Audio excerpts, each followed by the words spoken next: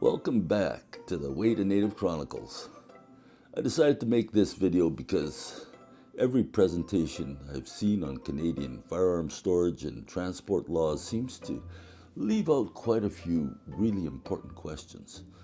Questions I think most responsible firearms owners want clear answers to. So in this video, I'll do my best to walk through the legal requirements and give you straight answers to those often overlooked situations, like whether you need a trigger lock in a safe or if you can keep ammo in the same place as your firearm.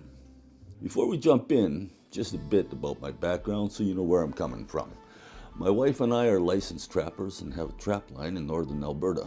I've held an authorization to carry for over 5 years, competed in shooting sports for several years, and worked behind a gun counter for more than 2 years selling firearms. That means many of the questions I answer in this video and on this channel in general come straight from real-world situations where people have asked me about things time and time again. Before we get into the main part of this video, I want to give you a heads up. After we cover the core laws on firearms storage and transport, I'm going to walk you through some serious legal risks that most gun owners never even heard of. These are traps hidden in the fine print, folks, and you'll want to know how to avoid them. Plus, we're going to settle one or two of the most commonly misunderstood topics out there, so make sure you stick around until the end, because you might be surprised at what you didn't know. Now, a disclaimer. The information in this video is for general awareness only and should not be taken as legal advice. For guidance specific to your situation, consult your provincial chief firearms officer or a firearms lawyer. Since once a video is published, it can no longer be changed. If the need for any corrections to this video arise, those will be noted in the description for this video, so be sure to give that a check as well. Before we dive in, if you enjoy this kind of content, please consider subscribing by clicking like, turning on notifications, and dropping a comment below. It really helps the channel. And if you'd like to go further to support what we do here, you can click the Super Thanks button below this video or use the Buy Me a Coffee link in the description. Every bit of support goes straight back into making more content like this. Now, let's get into it. Whether you're a hunter, trapper, sport shooter, or simply a pal holder who stores firearms at home, you need to understand Canada's laws about how to store, transport, display, and handle your firearms safely and legally. In this video, we're walking through the federal rules laid out in the Storage, Display, Transportation, and Handling of Firearms by Individuals regulations. This regulation is part of the Firearms Act and applies to nearly every lawful gun owner in the country. You may notice that during this video I appear to be repeating myself here and there, especially on the topic of ammunition storage. If you notice that, it's because I am. This is such a convoluted topic that I believe the viewer will benefit from hearing some things said a few times over in different words. So sorry for the repetition if it bothers you, but I believe it's warranted. Okay, locked container versus gun safe. What's the difference? In this video, several references will be made to locked containers and gun safes, and it is important to be aware of the difference. A locked container refers broadly to any container or case that can be locked with a key combination or other secure method, is opaque, meaning its contents are not visible, and is not easily broken into. Examples of this would be a hard case or metal gun cases with padlocks, lockable toolboxes, or briefcases designed for firearm transport.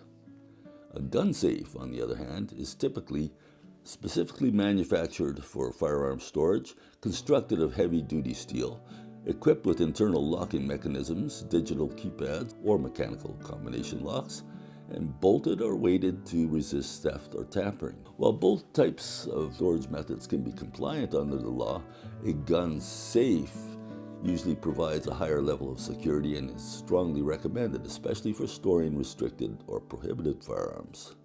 More details on what constitutes a gun safe will be provided later in this video.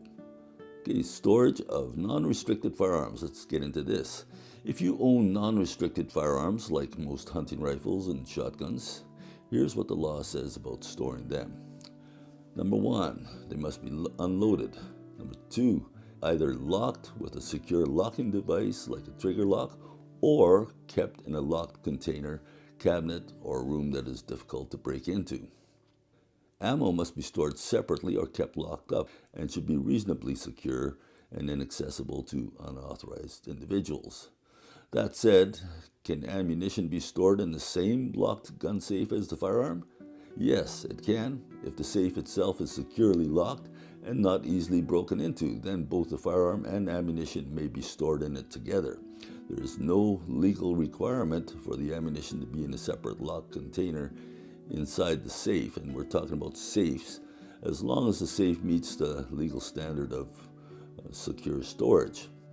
Follow me so far? Okay, storage of restricted and prohibited firearms. Restricted and prohibited firearms have stricter rules. They must be unloaded and rendered inoperable by a secure locking device like a trigger lock, and placed in a locked container, or stored in a locked gun safe that cannot easily be broken into. Now, an important clarification is, if a restricted firearm is stored in a secure locked gun safe, a trigger lock is not required. The locked safe itself satisfies the regulation for secure storage. So if a restricted firearm is stored in a gun safe, which we'll define in more detail later, can its ammunition be stored in the same gun safe? Yes, according to federal storage regulations, if both the restricted firearm and its ammunition are in the same gun safe, and the safe itself is secure enough to satisfy the legal requirement for both firearms and ammunition storage, that's okay. What qualifies as a legal gun safe? So, what exactly does the law mean when it says a firearm must be stored in a safe that cannot easily be broken into? According to Canadian firearm regulations, a gun safe must, number 1, be locked securely using a key or combination lock, be constructed of solid material such as steel, be difficult to pry open, break, or force entry into without tools. Those 3 points. While the law does not list exact specifications like wall thickness or weight, the safe should be designed specifically for secure firearm storage. A commercially available gun safe is ideal, and not easily movable or ideally bolted to the floor or wall, resistant to tampering, for example, not made of wood or thin sheet metal.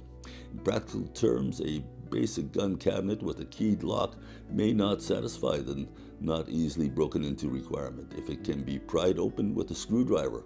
On the other hand, a steel gun safe with an internal locking mechanism or digital keypad usually meets the standard.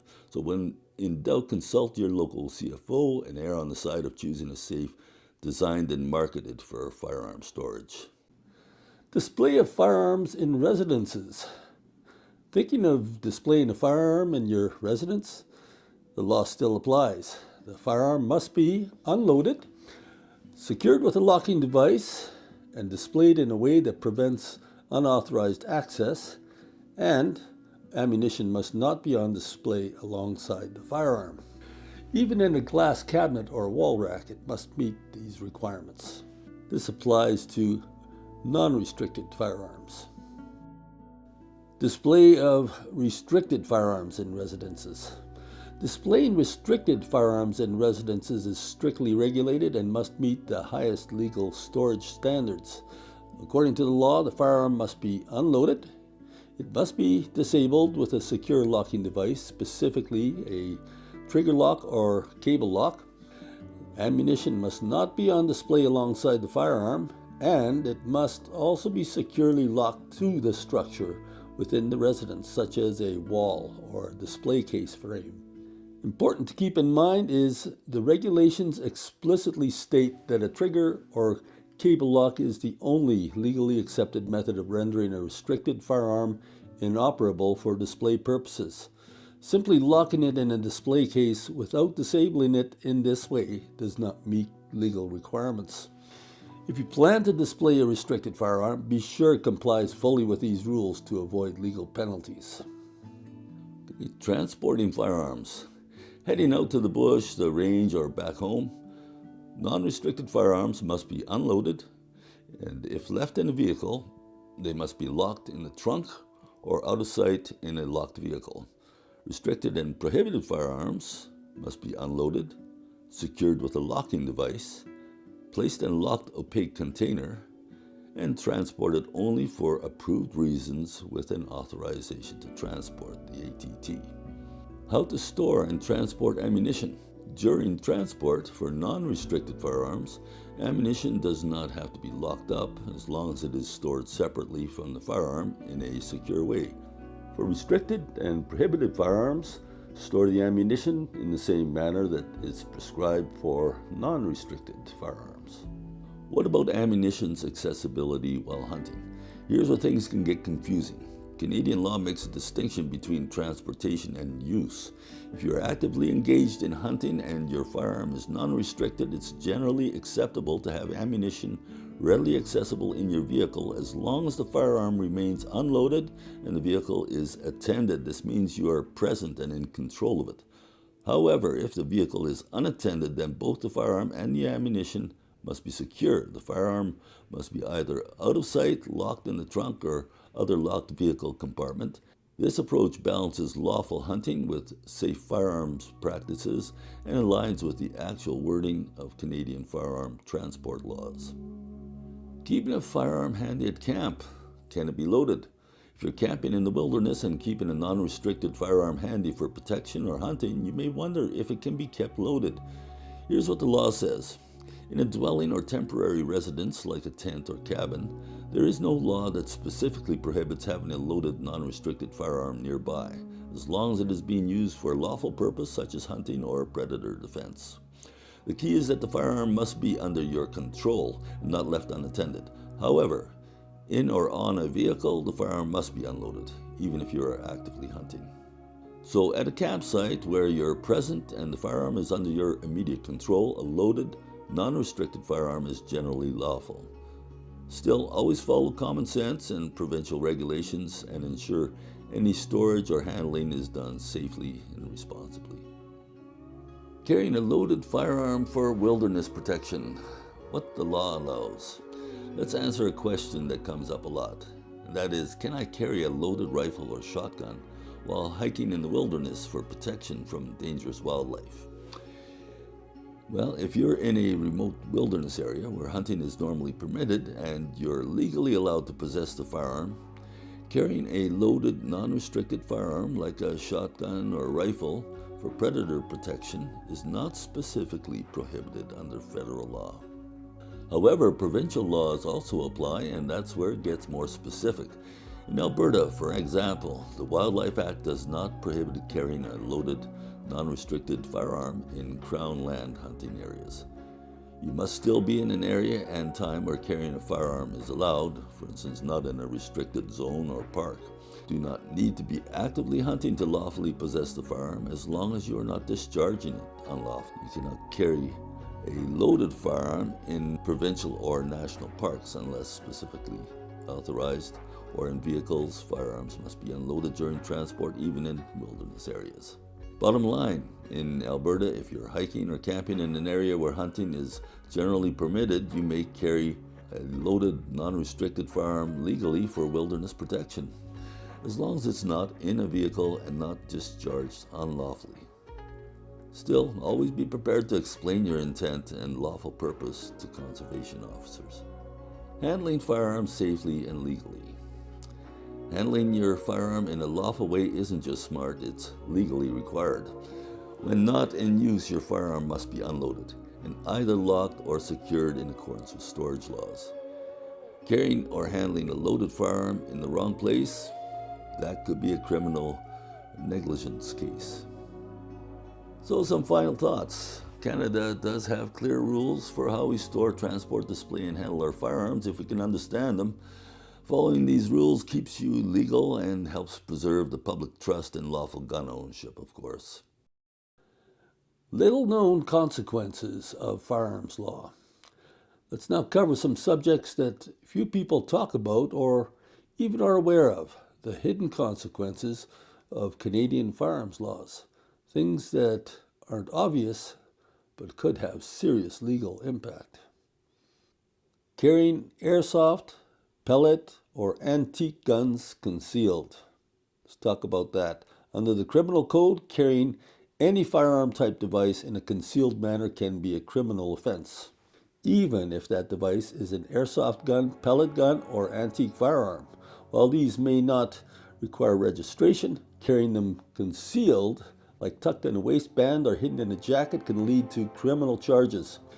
Interestingly, openly carrying these same items while potentially attracting attention is not a criminal offense as long as they're being handled lawfully and not in a prohibited area.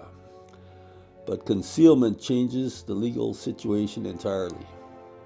Due to recent Supreme Court decisions, even devices like air guns, airsoft guns, and paintball markers, which were once thought to be unregulated, are now subject to certain storage and transportation laws.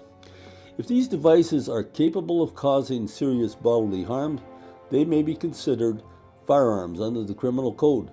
That means failing to store or transport them properly could potentially lead to criminal charges, even though they are not registered firearms. For reference, see the Supreme Court ruling summarized here, or see the link included in this video's description.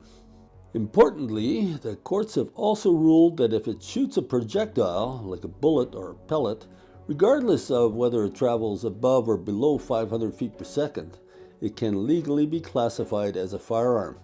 That includes airsoft guns, pellet rifles, and paintball markers, if they're deemed capable of causing serious injury.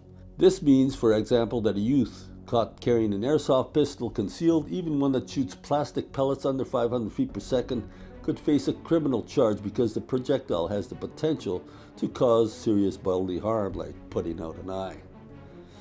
Here's some others. Possessing a handgun frame without a lock. Have you ever heard of this one? Just having possession of a restricted handgun frame with no barrel, slide, or trigger lock can potentially result in a criminal conviction. According to current interpretations, the law still requires it to be rendered inoperable by a secure locking device, even in that incomplete state. Loss of license and property seizure. A single mistake, even one without malicious intent, can trigger the revocation of your PAL, your possession and acquisition license. That can also result in the confiscation of all your firearms, often without compensation. Firearms offenses are criminal charges. Remember, violations of storage and transportation laws aren't just provincial fines, they're federal criminal offenses, meaning you could end up with a criminal record even if no one was harmed. And finally, surprising gaps in law enforcement knowledge exist. Not all law enforcement officers or conservation officers are firearms law experts. That means you might need to explain the law calmly and clearly to someone who doesn't fully understand the fine print, but still has the power to charge you. That's why it's critical to know not just the spirit of the law, but the letter of it, because the consequences for honest mistakes can be severe. Now, if this helped you understand the law better, hit like, subscribe, and turn on notifications. Want to support the channel? Tap Super Thanks, or check out the Buy Me a Coffee link in the description. This is the Way to Native Chronicles. Until next time, God bless. Always hunt with purpose and walk with respect. Did you like this video? If you did, I think you're gonna like this one right over here. So check it out. And I appreciate your subscribing if you haven't done so already. Remember to do that while you're watching this next video. Click like, it all helps us out for this channel. Catch you next time.